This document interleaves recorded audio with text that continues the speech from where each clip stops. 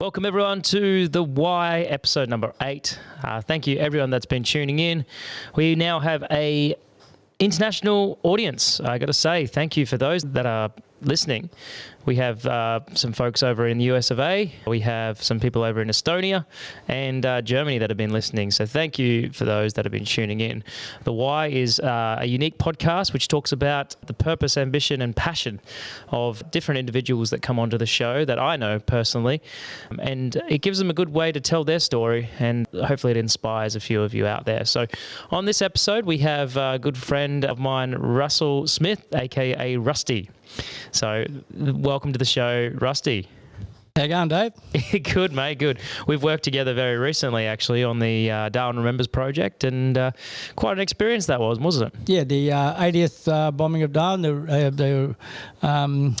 the rebuilding, or the what do you call reenactment Yes. of the 80th bombing of Darwin. So, yeah, very proud to be part of that. Yeah, look, it was a great project, and being the 80th anniversary, it was just such a good thing to put on for the community, to have a look at a different perspective of the of how different stories were told of the bombing. And who did you play on at that? I played the postmaster. His name was Hurtle Clifford Bald, and as the bombs rained on Darwin early at 10 a.m. on the 19th of February 1942, Yep. he was at the postmaster's office was one of the first buildings that was blown up. Yeah. So him and Hurtle and his family were in the trench at the back with a lot of the staff back of the post office building, and apparently a bomb landed clean in the trench, and that was the end of that. Yeah, it's such a tragic story, but like a lot of the stories, definitely need to be told in a way. So it was good to bring that back to life in a sense. Yeah, and being a local, very proud to be part of it. You know, Ludmilla primary boy, Darwin High School boy, and when asked wanted to be part of the 80th bombing, the reenactment, so yeah, certainly put my hand up and said, yeah, very proud to be part of it. So, Rusty, tell us about yourself. I mean, you've been in Darwin for a while. You're more local than even I am, but tell the listeners and the viewers a bit about yourself. Yeah. Back in Darwin, really. Obviously started in Darwin, Ludmilla Primary, Darwin High. After the cyclone, which was 1974, I was in high school. Mm-hmm. And spent some time after the cyclone back and forth to Melbourne with uncles and aunties and all that sort of thing, because the family is a little bit scattered, not in body parts, but as in, you know, all over Australia, everyone got moved around. And then stayed in Melbourne for a while. I got a job as a policeman. Yep. Worked at the transit district in Victoria for quite some time, about 7.5 years. Really enjoyed that. Spent a lot of time at Flinders Street Station on foot patrol, which I found absolutely fascinating. It was a brilliant place to work and to help people and to serve, Victoria and Australia again. Yeah. Had life's dramas along the way, a couple of divorces and issues and things, and eventually landed back in Darwin I was in Katherine actually about 20 years ago. 15 to 20, and I started a little small car yard and a caravan business, and ran that for about 15 years. And then 5 years ago, came back to Darwin after the yards and the businesses they went bust eventually after I had about 2 divorces in 6 years. I had a bit of emotional trouble, a bit of personal trouble, and which led me back to Darwin. Yeah, happens to us all, unfortunately. The life's roller coaster seems to hit us in different ways, and there's different roller coasters we ride on, I guess. Yeah, well, you get those lightning bolt moments, and one of those was after quite a decent court hearing, and I'd lost most of my material possessions, etc. I decided that in my little heart there was a little man that said, you need to act or do theatre or do some entertaining before it's too late, before I'm laying on my bed thinking I should have done these things. So I walked into a theatre in Darwin called Brown Smart Theatre. It's the main theatre, one theatre, and said, are you looking for an actor? Yeah, right. So that sort of sparked a why, really, didn't it? With your why and your purpose and what you wanted to do from that in terms of, I guess, a life what's your purpose in life. There was a calling there, right? That was the purpose. I just knew at some stage that I had to do it. I was going to do it. So Right. at 55, I've been being 61 now. People look at me and say, "Oh, he's been in the theatre or been acting for 50 years or 40 years." No, I've been doing it for 5 years. I started at 55, walked into a theatre at 55, and said, "Hey, I'm going to do a play." It's amazing people get those stereotypes, don't they? Like they think just because you're an elderly person and doing something, you must have been doing it for a while.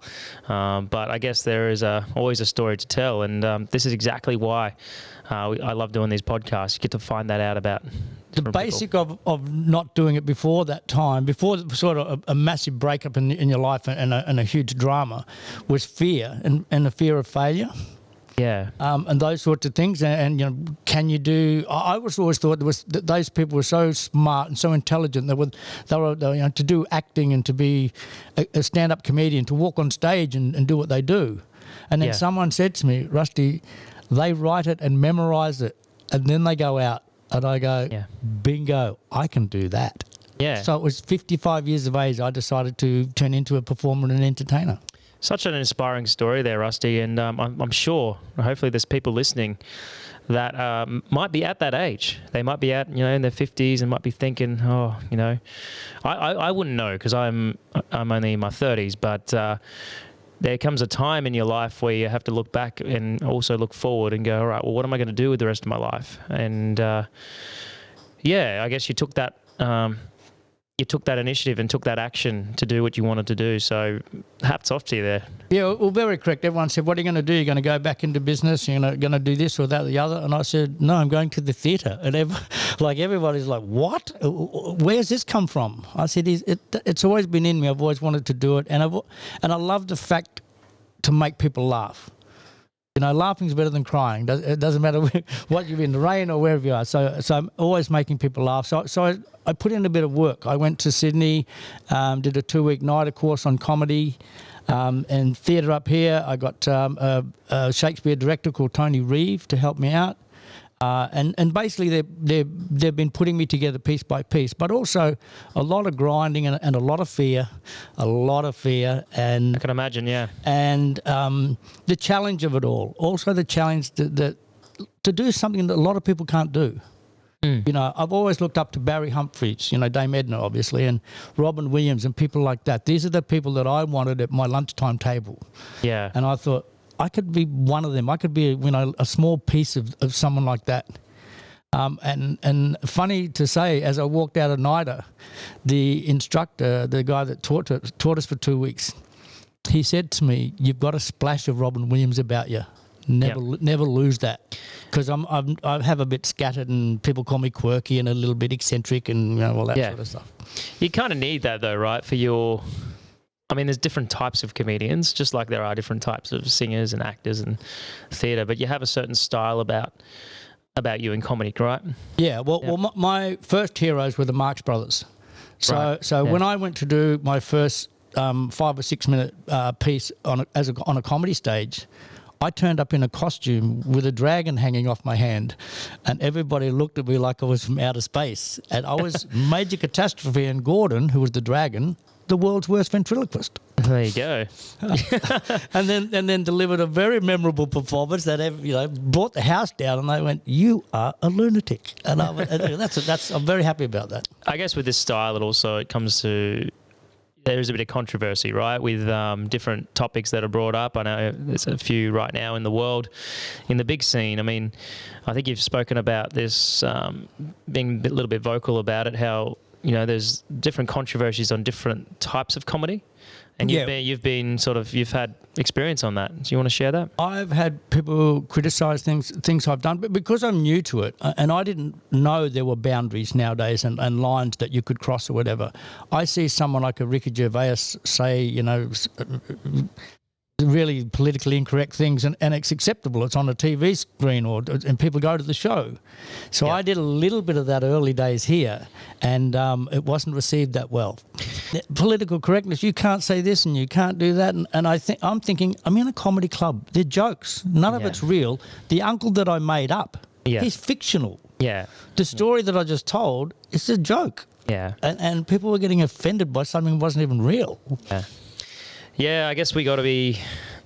It's a fine line to tread, isn't it? The comedy scene. I wouldn't know. I don't do comedy, but even with singing, I do singing and performing. You're never gonna please everyone, unfortunately. And yeah, What I feel really odd is if you're going to warn people that the punchline is offensive or naughty, that's killed half the joke. yeah, Half the great punchlines are the blindside punchlines, are the ones that come out of nowhere and the improv stuff. Yeah. And that's what I believe. They're not killing, but it is certainly now when I write a joke or I'm going to go and say something, I have to think about it before I go and deliver it. absolutely. Where I don't think you should have to. I think it's a comedy club. It's a joke, and you have 5 or 6 minutes to do what you want. Yeah. I said to someone once, if I stand there and get run over by a car and you people laugh, that's funny.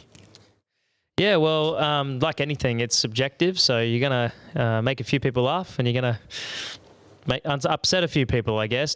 Yeah, well, as you know, one of the characters I've taken on in the last 5 or 6 years was after the divorces and the loss of the property and the finances and all that sort of stuff. I was pretty broke. Vagrant broke. And I was sitting there at home on a Christmas Eve, and I thought, I'm as close to Charlie Chaplin as anyone I know. I'm the right size. I look like him a bit. You got a hat that sort of resembles him a bit. And I'm the tramp. I have nothing left. So I rang a director mate of mine and said, hey, I'm going to put a vaudeville show on. I'm going to do Chaplin. And a golden crock later tells the story. Wow, And the Golden Croc. A Golden Croc is a theatre award up here in Darwin for for theatre performances and doing something. That's amazing. I didn't know you had that. 2. 2. There's 2 golden. That's awesome. The second one came about through a project called In My Skin, where people came and told their stories, and I told the story about the night of the cyclone. And the night of the cyclone, I'm 14 years of age, and my rugby coach, rugby league football coach, was at the house, which I thought it was wonderful because he was coming to see me, the star player, on Christmas Eve, where he was actually there to see my mother. So for those that don't know what he's talking about there, the Cyclone Tracy. 1974. 1974. So devastated Darwin. Yeah, devastated Darwin. One of the biggest, most catastrophic events that's hit Darwin, along with obviously the bombing before that. So, being able to tell us about what I I remember you telling me a story about you were in a cupboard. Tell us about that. Yeah, well, I went through the houses in Darwin in the old days. A lot of them were on stilts, up high-rise sort of houses. And, the first half of the cyclone had come along, and there's been a fair bit of damage to a little bit of damage to the house, and the wind was quite strong. But we had the eye of the cyclone, so we all went outside of the house, and we were having a card game. It was Christmas Eve. Mum and Dad were having a card game and all that, and us kids were involved. And when it was really silent, Mum or someone said, "Look, it's the eye of the cyclone. We really need to pack down now. It's going to get worse." Worse it's not a word you could describe it. There's no words to describe what came. It was like 100 freight trains coming. We could hear it just smashing things on the way. Wow. We all ran into the house, and there was about 8 or 10 of us. It was my brother's girlfriends and some people from down south, because it was Christmas Eve. The rugby coach, he ended up stuck in our house during the cyclone because he was there. Dad was down in the main bedroom because he'd come home from the RAF base early and had a few beers and went to bed early. Probably lucky he was that drunk and knocked out, because the end bedroom got completely obliterated and he actually flew off the house onto the ground. He went through the air. Anyway, so as the cyclone started destroying the house and the wind was smashing everything, everybody ran to the bathroom and the toilet, which is where you go. They're the safe areas, and built for cyclone code. Across the corridor was the linen press, which was sort of on the back of the lounge room and the kitchen area. I couldn't get in because everyone was in the bathroom and the toilet, and I ducked into the linen press on the left-hand side and pulled the door closed.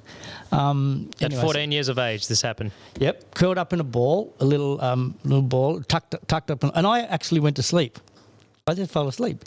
Anyway, in the morning, when 6 or 8 hours of wind and smashed everything to pieces, and when they'd got out of the bathroom area, my brother and a few other people went and found my father his story is amazing. He'd broken his back because the stairs of the house had hit him midsection. Yep. And we had an above-ground pool. Ironically, the stairs hit the pool and concertinaed the pool down, and there was just enough room for him to stay underneath that little area, out of the wind, with the stairs on top of him, but they didn't cut him in half. Broke his pelvis, broke his back, broke a number of ribs, but he's still under there alive. And he said it wasn't the pain of the injuries, it was the coldness of the wind. Wow. The wind was blowing that fast that he was freezing. He was frozen. He said, I was so cold. Wow. Yeah. And one of the dogs that we had was under the house, and the dog had managed to get to him. So we held on to the dog, and we honestly believe that the dog saved his life. When they found him, obviously he's sort of nearly cut in two. Yep. And they put him on a car bonnet. Yep. And then put the car bonnet on top of a Land Cruiser and drove him through the debris into the hospital. No beds, first evacuations out. I think it was first or second plane. All the people that were quite seriously injured were up and out. Wow.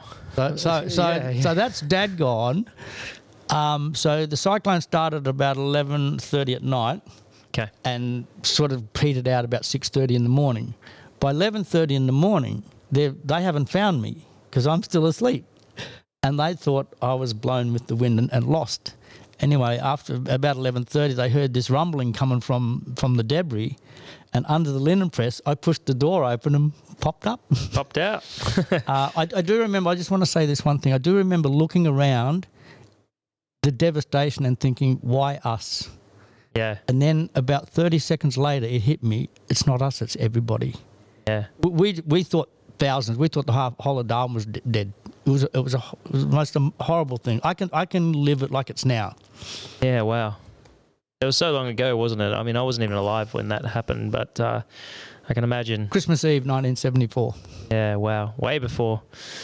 Yeah, so it makes you appreciate Darwin a bit, doesn't it? Oh, and for people who say to me, I'd really love to go through a cyclone.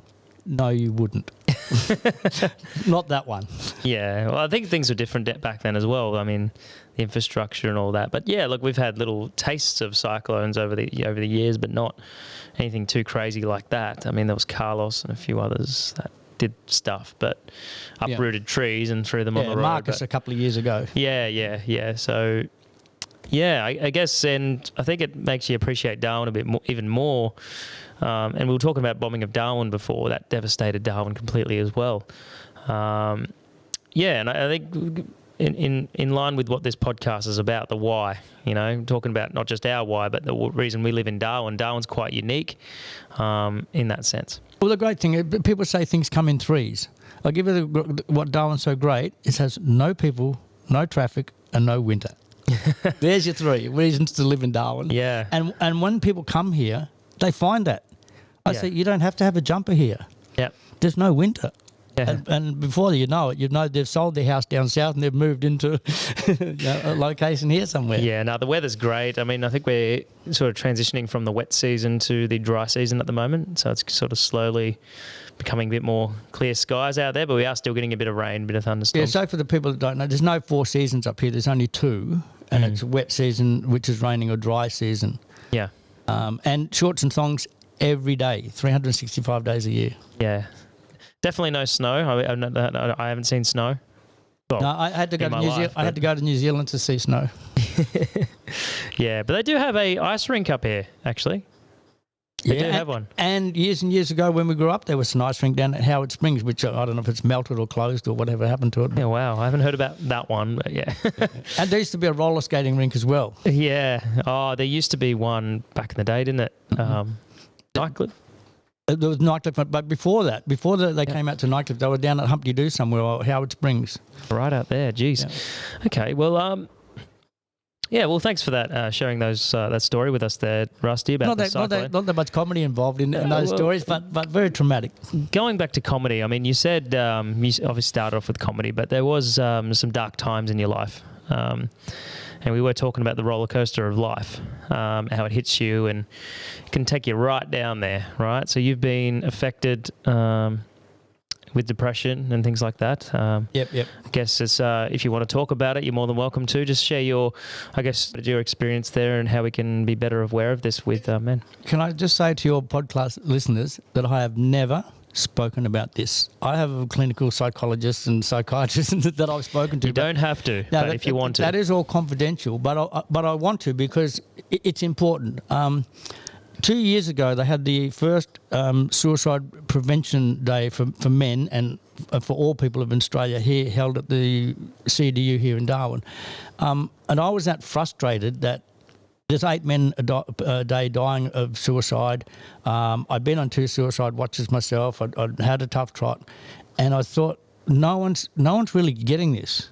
So I went and spoke at the conference, which when they said, "Does anyone want to say anything?" I was sitting there, and my heart was jumping out of my mouth, and I thought, if I don't move now, I'll never get heard.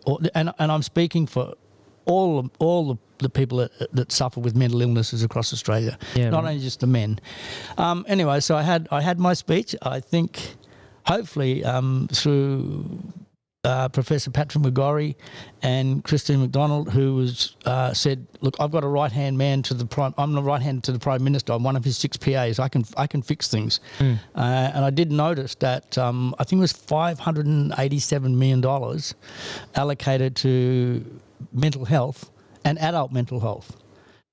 Because Patrick McGorry is for junior mental health and junior suicide, and he said we have all these things in place and all this money, and that was my point. Not that I don't want all the young people to get all the money, but older people have problems as well. People are not suiciding under 21. It's the whole range. It's a whole range, isn't it? Yeah. Yeah. So what I said is, there's old people like myself and other people that are going through it, and I don't want to be one of the 8 people a day.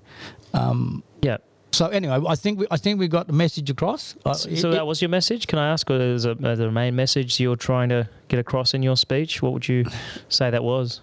Yeah, that whole conference was mainly about young youth suiciding, and I just wanted to say it wasn't about them. And when they did allocate this big lump of money, I felt deep down that I had a little piece of that. And that's for everyone in Australia. That's for all the men and women and everybody that suffer from, because when I was interviewed by the ABC on Men's Mental Health Week, I said, you can fight people physically, you can fight all, but when you're fighting something in your brain that you can't handle, it's a nightmare. It's in a box, and the box is inside your head. Yeah, that's right. I mean, it's a tough gig. Yeah, look, I can relate. I've suffered from a bit of depression myself, just being really down, and it's sort of, I liken it to like a bit of a numb feeling. You lose your sense of caring as much as you used to. You lose your vibrance about you. Everything becomes a bit grey, from colour to grey. That's the best I can explain. I know it's different for everyone. No case is the same. But I found having a strong purpose, and this is another thing about the why. It's a lot of people when they get depressed is they focus on the bad stuff that's happening to them, and that can overwhelm them like a grey cloud that overcomes the sun. It will consume you, and unfortunately, it gets to that point where the why, the things that you live for, and the things that you are passionate about, just sort of fade away. In life. I mean, you can wait for the sunshine to appear, or you can try and force it to appear. There's a whole gamut of things that could happen. But that's what I said at the Suicide Prevention Day. I said the difficulty is every case is unique. Yeah. So you can't just put a bit of peanut butter spread across everybody, and that's going to fix it, because everyone's is unique and everyone's problems are different. Yeah, exactly. They are different. Yeah. Buttons that trigger people, for me, when I had a couple of big meltdowns, were what did I really want to do? And I thought, you know what, if I kick the bucket, or if I decide to leave the building, and I haven't done one play or one attempt at a stand-up comedy, or do the things that a little man in my heart's telling me, you're a funny guy, let's go and make people laugh. Yep. That's sort of what kept me alive. So I'm going to have a go at that. So what I do now is, if I don't have a project in front of me that's keeping my brain interested in, then I risk going off the rails. And saying, what's the point? Where's it all at? So, and little things. 3 things a day. Yeah, look, that's a very powerful message for those probably listening that might be going through a bit. I mean, always keep your why in focus, right? It's your purpose of what you want to do. Even if it's your job. I mean, a lot of people have a job they're not happy with, but find something you do like about it, and just be happy. A lot of people out there don't even have a job, and they would love to have what you have. And there's gratitude as well, I guess. You got to have a bit of gratitude. One thing I don't have, and my biggest envy, is family. Yeah. People that have family around or say, I went to my brother's place today and we had a ball, and my brother's always been there for me, and dads and mums, and being like an abandoned orphan, that is the hardest. If you've got family, stay with them. Don't kick them out. And if someone's been ostracised in your family, bring them back into the fold, because that's where you're out on alone, and that's when you risk self-harm and all these things that you think you're not worthy, or the whole world's not worth it. Yeah. I can certainly relate to that. Definitely have to keep in touch with my family as well. Yeah. Something I got to work on personally myself. So, I could definitely relate to that. I'm told I'm eccentric and quirky, but I tell people like you, my friend, that I love you. I love you, mate. Yeah. And I mean that, because it's important for me to hold a connection to people, and that's where, because I don't have family. Yeah. So people around you, tell them you love them more. It's not weird. It's right from the heart. And I mean it. That's good. Yeah, no, that's great. And you can see that, especially when you're out and doing things for others as well. I mean, there's been examples of this. We very recently have you shown that love. So I do want to thank you for that. That's great.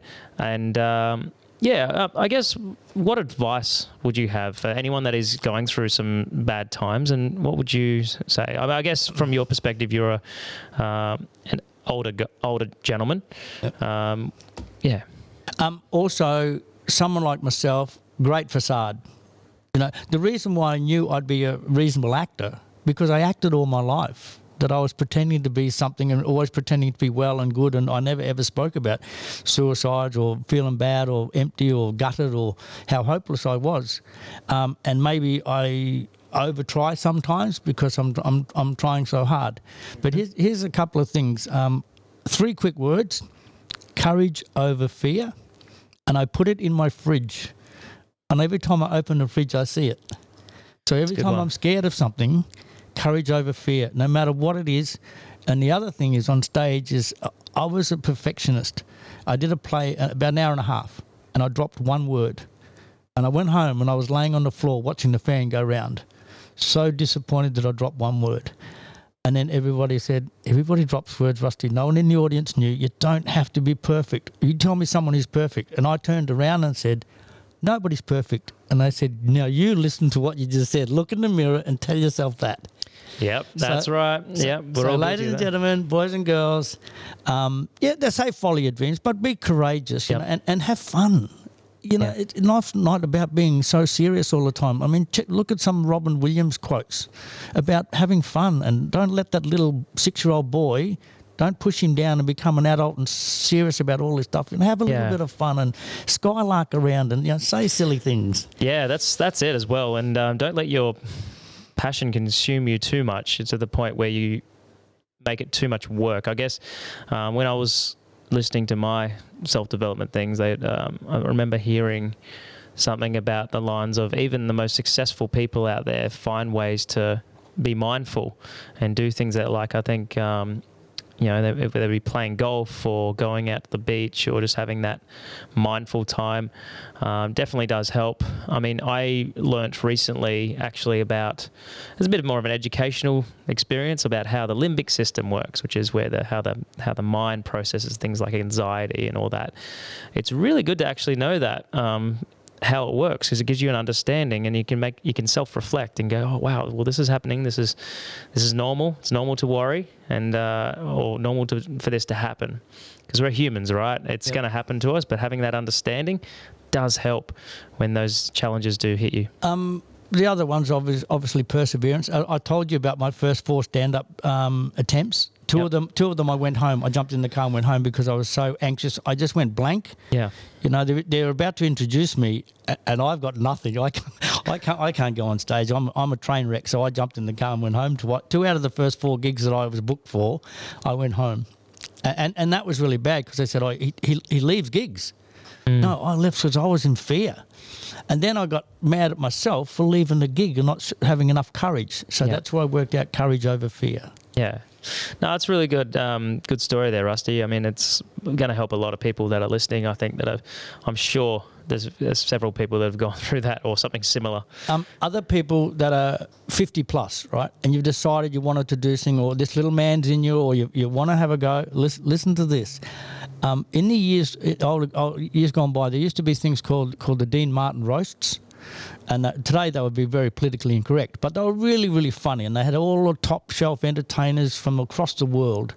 And Groucho Marx used to be on them, and all the superstars of the world. And there was a chap on there that used to play a drunk. Right. Called Foster Brooks. People would remember him, but when I say Foster Brooks, they don't remember. They go, remember the guy who was always acting drunk? Oh, we remember him. He was found in an underground basement pub at 57 years of age doing his drunk act. And someone like Dean Martin or Sinatra saw, hey, this guy come over here, and he became very, very famous. Yeah, right. But he was doing his thing at 57 with holes in his shoes, and he became not part of the Rat Pack, but part of that really, really big Hollywood era where the big stars became really famous. So he drives me a lot too, Foster Brooks. And he plays a drunk, and he's really, really funny, which is even adds to it. So there's some good inspiration out there of you're not too old to learn new tricks, I guess, or those tricks that you've wanted to, the tricks up your sleeve. I don't know what to call it. Yeah. And be brave. Write 3 things down to do, and when it comes to that time, courage over fear. Look, everyone's seen Tiger Woods, stuff a golf shot, or Ronnie O'Sullivan, the great 8-ball player, miss a shot. Everyone can stuff up. Yeah. But the courage to keep going. One thing I have learned with performing, and you're a performer, I'm a latecomer, is that you have to rehearse, folks. You get out what you put in. The same like an Olympian athlete. You get out what you put in. Yep. I actually reposted a quote today on my Facebook. I was wanted to post quotes. I know it's a bit funny to do that, and I was doing it for quite a while. I don't do it as much anymore, but it's something I would read or listen to. I'd go, I've got to let everyone know this quote because it's just so inspirational. But the one I posted back on this day in 2018 was, in any moment of decision, the best thing you can do is the right thing. The next best thing you can do is the wrong thing. And the worst thing you can do is nothing. And that was by Theodore Roosevelt. Yep. That's a very powerful quote that I think says a lot with see, some people think that, like you said, you have to be right or you have to be perfect.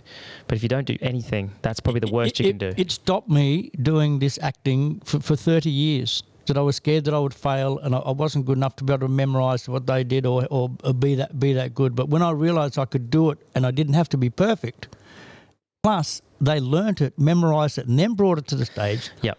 Bingo. I mean, I must have been so dumb not to work that out early, because I'm like, how smart are these people to walk on and be able to do that? You just reminded me of something, actually, Rusty. I've been running trivia on an ad hoc basis over at Tracy Village, and one of the things I am known for there is actually stuffing up the pronunciation of words. And it's funny that the manager would purposely pick some things to get me, because I'd try to what's that of the and I'd try to read it, and I'd actually mess it up or mispronounce the word, and everyone will laugh. But what's really interesting about this is, at first I was a bit shaken. I was like, oh no, the trivia host is getting it wrong, and I was like, and people were a bit, this guy can't even pronounce words, what's he doing?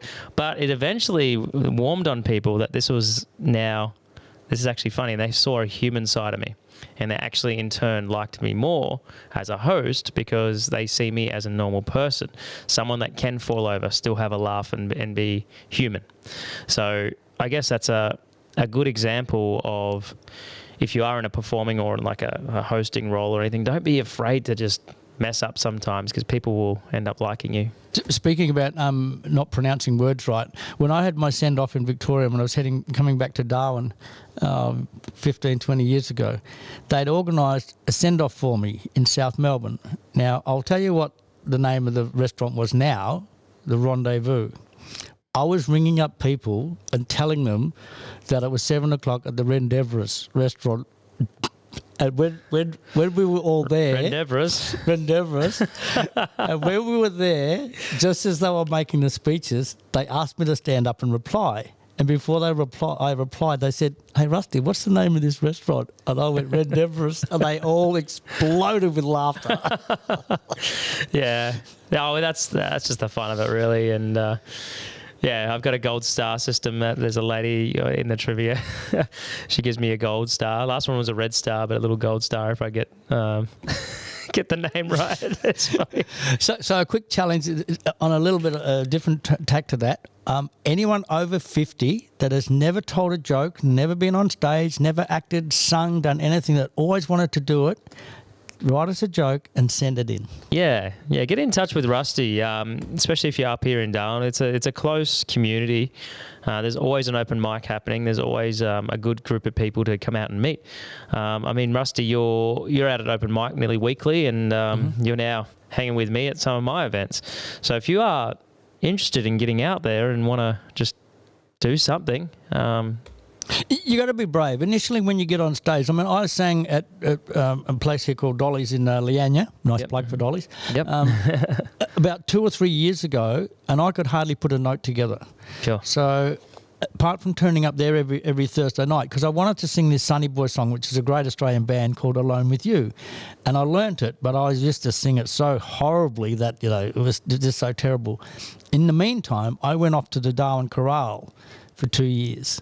And I didn't tell the people at the pub. And every week I would come back, they'd say, "Gee, you're getting better. Gee, you're getting better." Until, I can deliver it now like it sounds like the record. That's great. Yeah, no, look, it's such a good scene up here in Darwin. I mean, you got Dolly's, you got the one I run at Tracy Village as well, Friday nights. It's just there's ways to, and I think a really important thing as well, we were talking about, depression and all that. There's some dark subjects there, but just associate yourself with people that are, that are positive and have a positive influence on you, that love you, basically. Maybe I skipped over that subject because I really have never, ever told anyone and gone in this deep, and maybe tomorrow people say, "Well, we never knew you had depression, Rusty," or, you'd been to rehab twice and you've been to suicide watch twice. They come in threes, and I will never get the third one because I don't think the third one's going to be good. I don't think I'll get through the third one. Courage, be brave. Everyone's greatest fear, the number one greatest fear in the world is public speaking. Now, I could not do that. I would fight and say to someone, "Shoot me," before I'd go on stage. Yep. Now I do it, and I don't enjoy it, but I can do it. Yeah. And that has just been persevere of pushing myself through. So people over 50, I'm your inspiration. Get up, write a joke, do something silly, like Robin said, and Charlie Chaplin, 6-year-old tramp. Keep a little bit of nonsense in your life. Yeah, keep that flame alive. I mean, you don't have to be, a young gun or a young lady coming up and, there's lots of great ones, by the way. But if you are at that age and, you feel like, life's already over, can only work all my life or do something, you got still some things you can do. Good. We went back to the mental health sort of thing, and it does bring out, because I went to a place, and I'll give it a shout out, because I went there and I wasn't that well, in the sense of when I got off the plane in Brisbane, I flew from Darwin to Brisbane, a 4.5-hour flight, and all I wanted to do was jump out. 100%. If I could have got out of that plane, I would have. And the lady said to me next, she obviously knew that there was something wrong, because I was thin, I was in tears, I was just a total mess. And when you get off the plane there's two people, like in straitjackets, and pick you up and take you to a beautiful place called Fountainhead Organic in Queensland. So it's a really, really heavy mental health place, but brilliant.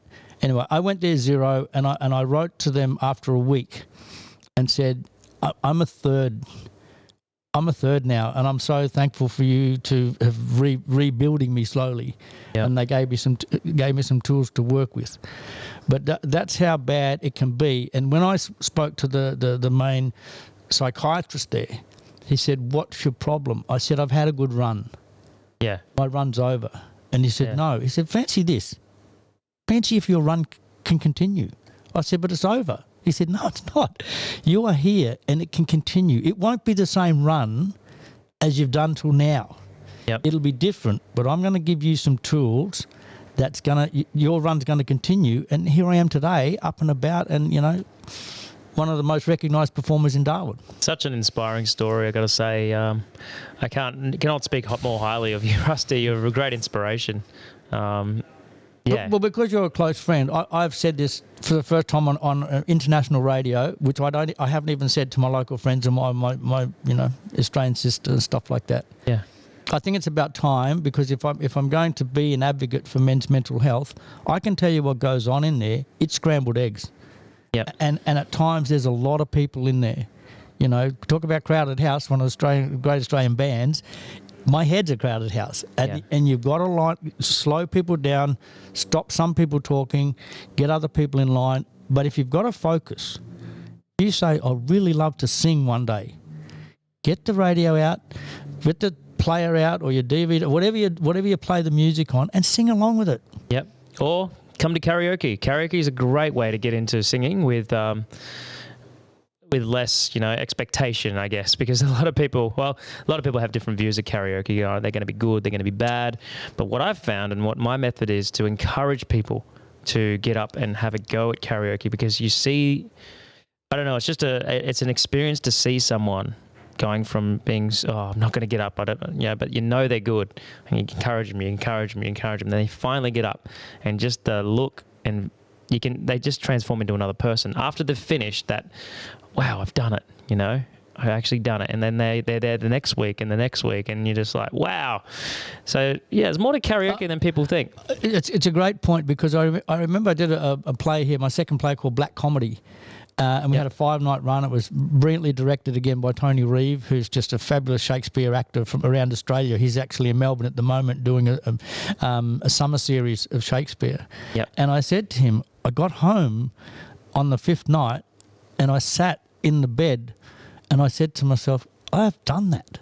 Are you serious? And you look back and you think, this is an achievement. Very, very proud to do things that are difficult. But if other people can do them, you can do them. Absolutely. So everyone listening, there's been some great positive messages today. We want some jokes in from Germany. And where's it? Ukraine? Was it? Yeah. Uzbekistan? Estonia. And USA? Yep. Come on, USA, you can give us a gag. You guys are really good at that. Yeah, throw them in the comments if you do have any funny ones. Yeah. But Rusty would love to hear them. But courage over fear and be brave. I think so. Some great words of wisdom there, Rusty. I think you wanted to start. You might be looking to start your own podcast. There's a bit of an idea there. Yep. Yeah, looking to start an own podcast, and based on opinions and courage. Yep. And if you've got an opinion, don't be afraid to say it. This is not. I hope it's not going to be a political correct podcast, where if you've got an opinion, get it out. Get it out there, and it might be different. It might align with millions of people, or you might be on your own. I did say to my son once, it just came back to me that I said to him, 99 won. Yeah. You can be the one. You can swim against the tide, right? There's only 2 rules. Don't hurt anyone and don't end up in jail. Some good words of wisdom there. Well, Rusty, mate, is there anything else you want to say while you've got your time on here today? Look, I want the world to be happy every day. No wars, no bombs, no guns, no fighting. Have a laugh. Remember, we're not on for a long time. Some people say goodbye to their wife going to work or their husband going, and they don't come home. They've had a car accident or something horrible's happened. So to all the people that have had horrible things, hang in there. Tomorrow's another day. And have a laugh. Make someone laugh. I don't know. Pull a funny face to someone or give them a hug or be a little bit of nonsense. It goes a long way. Great positive messages there. Well, look, thank you once again, Rusty, for being on the show. This has been The Why. Thank you for tuning in, everyone, and we'll see you next time. Very welcome.